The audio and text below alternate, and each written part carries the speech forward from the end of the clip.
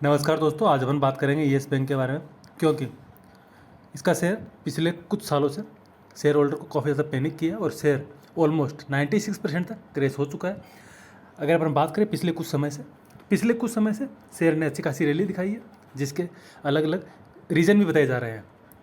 अगर अपन बात करें ये बैंक जो कि अगर अपन बात करें बैंक के प्रोडक्ट्स की, तो यहाँ पर credit card, consumer banking, corporate banking जो कि इस बैंक के बारे में काफ़ी इम्पोर्टेंस रखता है।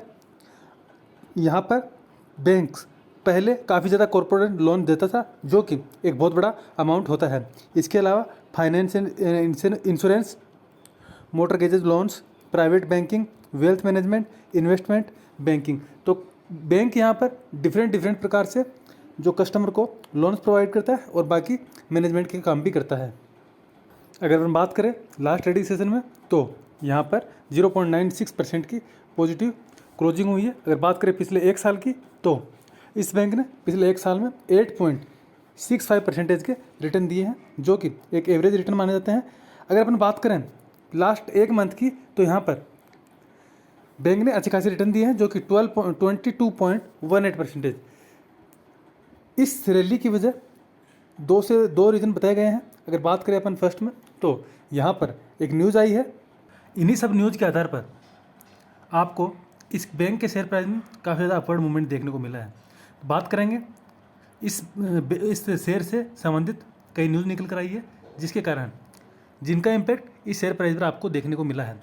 तो स्टार्ट करते हैं। द इकोनॉमिक टाइम्स की ये न्यूज़ है। Yes Bank rally 23% in 4 days, what technical chart से। तो कंपनी इन्होंने इकोनॉमिक चार्ट टाइम्स के द्वारा बताया गया है कि यहाँ पर इस शेयर ने 4 दिन के अंदर 23% तक की रैली दिखाई है। अगर बात करें ऊपर, तो बिजनेस स्टैंडर्ड में बताया गया है Yes bank receive upgrade in the rating for the various bonds. तो यहाँ पर जो इसकी रेटिंग में जो इम्प्रूवमेंट किया था, जैसे कि बिजनेस स्टैंडर्ड में बताया गया है कि यहाँ पर जो येस बैंक की जो रेटिंग है वो BBB प्लस की गई है। पहले जो रेटिंग इसकी BBB थी, ये इसके पक्ष में एक अच्छी न्यूज़ थी। उससे पहले टाइम्स ऑफ इंडिया की एक न्यूज़ है, Yes Bank rally 10% hits 52 week high.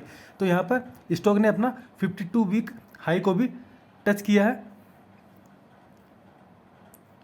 अगर हम बात करें फाइनेंशियल एक्सप्रेस की तो न्यूज़, तो यहाँ पर बताया गया है कि Yes Bank price hits new 52 week hike, rally of 25% in 5 days. तो इन सभी न्यूज़ के बेस पर कंपनी के जो शेयर प्राइस में आपको काफ़ी ज़्यादा इंप्रूवमेंट देखने को मिला है। अगर अपन बात करें फंडामेंटल की, तो यहाँ पर जो बैंक का मार्केट कैप है 39,211 है। अगर बात करें पेज वैल्यू 2, बुक वैल्यू की बात है 13.23, जो कि बैंक अपनी बुक वैल्यू के से थोड़ा ज़्यादा ट्रेड कर रहा है। अगर बात करें EPS की, तो कंपनी का EPS -1.24 है, जो कि कंपनी बैंक के पक्ष में एक नेगेटिव खबर है। इसी के साथ अगर बात करें अपने बैलेंस शीट की और नेट प्रॉफिट और रेवेन्यू की, तो बैंक का रेवेन्यू जहां 2017 के अंदर 16,425 था, वो बढ़कर 2019 के अंदर कंटिन्यूसली 29,623 हो गया।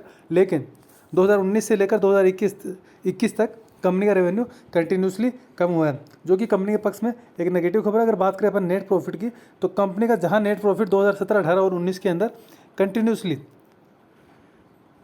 कम हो रहा था, जो कि 2018 के अंदर थोड़ा सा बढ़ा है, लेकिन 2020 के अंदर कंपनी का नेट प्रॉफिट काफ़ी ज़्यादा इफेक्टेड हुआ, जो कि -22,730 करोड़ था, जो कि कंपनी के पक्ष में काफ़ी ज़्यादा नेगेटिव इम्पैक्ट था। और इसी ड्यूरेशन के अंदर आपको शेयर के अंदर काफ़ी ज़्यादा फॉल देखने को मिला था। अगर अपन बात करें 2021 की, तो 2021 के अंदर भी कंपनी के जो रिजल्ट है वो काफ़ी ज़्यादा नेगेटिव है। यहाँ पर 3,489% तक कंपनी का नुकसान हुआ था। अगर अपन बात करें फाइनेंशियल ईयर 2022 की, तो ये जो ईयर है कंपनी के लिए काफ़ी ज़्यादा इंपॉर्टेंट रहने वाला है, क्योंकि कंपनी ने यहाँ पर काफ़ी कुछ पॉजिटिव चीज़ें पहले ही क्वार्टर रिजल्ट और फाइनेंशियल ईयर के बारे में भी बताया है, जिसके कारण आपको आने वाले दिनों में कंपनी के शेयर प्राइस में अपवर्ड मूवमेंट देखने को मिल सकता है। अगर फाइनेंशियल रिजल्ट में कंपनी का, जैसे कि अगर हम बात करें कंपनी के कैश फ्लो की, तो जहां मार्च 2017 के अंदर कंपनी का कैश फ्लो पॉजिटिव में 11,335 करोड़ था, जो कि मार्च 2018 के अंदर पॉजिटिव था। अगर बात करें अपन इसकी मार्च 2020 के अंदर, जहां कंपनी का कैश फ्लो 18,554 जो कि माइनस में था, ये कंपनी के पक्ष में एक काफ़ी ज़्यादा नेगेटिव पॉइंट था। अगर अपन बात करें अभी करंट 2021 की, तो यहाँ पर कंपनी का कैश फ्लो पॉजिटिव के अंदर 20,894 जो कि कंपनी के पक्ष में एक अच्छी खबर है। और आने वाले अपकमिंग 2022 के रिजल्ट जिसके अंदर अगर कैश फ्लो बढ़ता है तो कंपनी के बारे में एक अच्छी खबर होगी।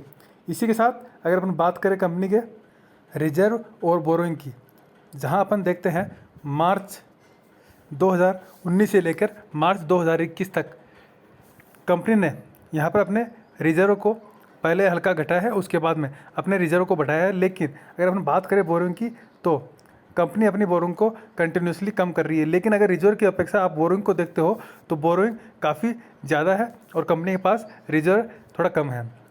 इसी के साथ अगर बात करें अपन कंपनी के एनपीए की, तो एनपीए जिसकी full form non performing assets, जो कि इसको अगर सिंपल भाषा के अंदर समझे, अगर आप कोई लोन या कोई एसेट्स कोई चीज़ आप देते हो तो अगर 90 डेज़ के अंदर उसकी जो मूल राशि है और उसका ब्याज अगर आप रिकवर नहीं कर पाते हो तो उस श्रेणी की जो चीज़ है उनको एनपीए में डाल दिया जाता है। और बैंकिंग सेक्टर में ये एनपीए 1, 2 या 3% तक होता है। अगर इससे ज़्यादा अगर आपकी बैंक का एनपीए है तो वो उसके लिए ज़्यादा अच्छी खबर नहीं है। अगर देखें तो 2017 में 2% एनपीए था, 18 के अंदर 1%, 19 के अंदर 3%, जो कि 2020 के अंदर कंपनी का एनपीए 17% तक हो गया।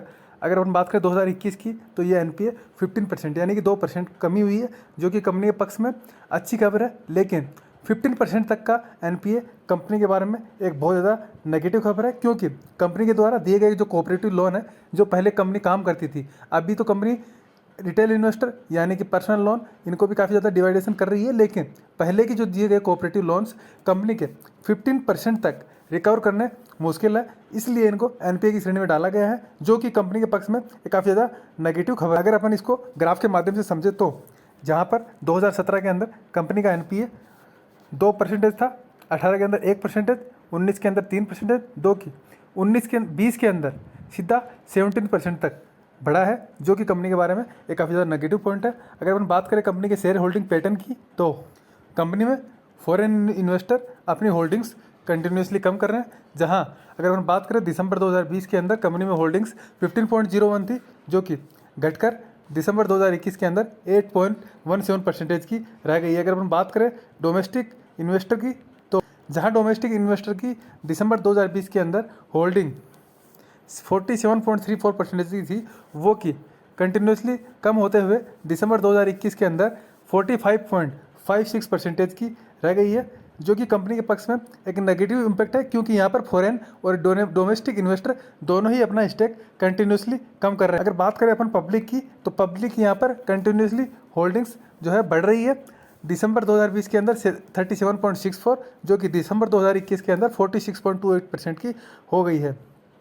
अगर बात करें इस शेयर के कंपटीटर की, तो मार्केट में इस शेयर से काफ़ी ज़्यादा अच्छे कंपटीटर है HDFC bank, ICIC bank, Kotak Mahindra bank, Axis bank. तो यहाँ पर काफ़ी ज़्यादा अच्छे कंपटीटर इस बैंक के हैं। कंपनी के बारे में अगर जानते हैं तो यहाँ पर जैसा कि वीडियो शुरू होने से पहले भी मैंने बताया है कि the yes bank limited offer a full range of client focus cooperate banking service. तो यहाँ पर कोऑपरेट बैंकिंग सर्विस के अंदर जो बैंक है जो काफ़ी ज़्यादा ध्यान देता है। अगर बात करें including working capital finance, specialisation corporate finance, तो जो कॉर्पोरेट जो बिजनेस है, जो बड़े बड़े बिजनेस है, उनको जो बैंक है वो लोन देता है। Trade and transactional service, treasury risk management service, investment banking solutions and liquidity management solution. तो कंपनी यहाँ पर काफ़ी ज़्यादा जो है कोऑपरेट में और मैनेजमेंट के अंदर काम कर रही है।